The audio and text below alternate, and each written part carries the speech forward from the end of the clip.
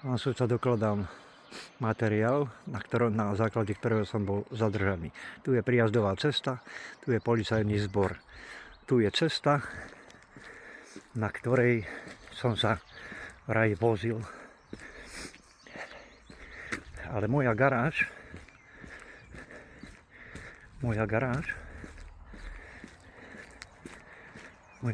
je až v tomto bode. Hneď tam dojdem. Táto modrá brána. Tu som vlastne vytlačil Pionier.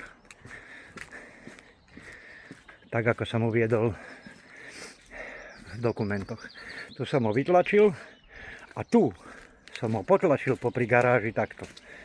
Tu som sa takto otočil, lebo mi naštartoval, a tu som sa potom vrátil ku garáži.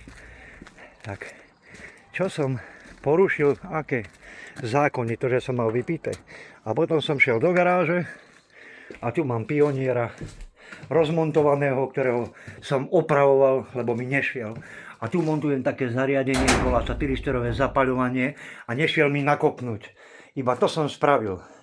Takže chcem len doložiť to, čo som vlastne spravil, za čo som bol odňatý v cele zadržania a musel som tam prežiť celú jednu noc. Takže asi tak.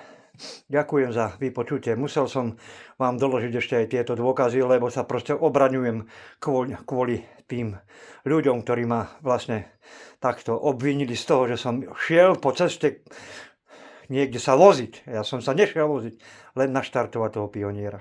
Lebo mi nechcel chytiť. Lebo Pioniere sú už raz také, že nejde chytiť, keď ho 10 razy, 20 razy naštartujete, už potom nejde chytiť. Tak som ho proste musel potlačiť, aby mi chytil. No, to je celé. Ďakujem, pán sudca.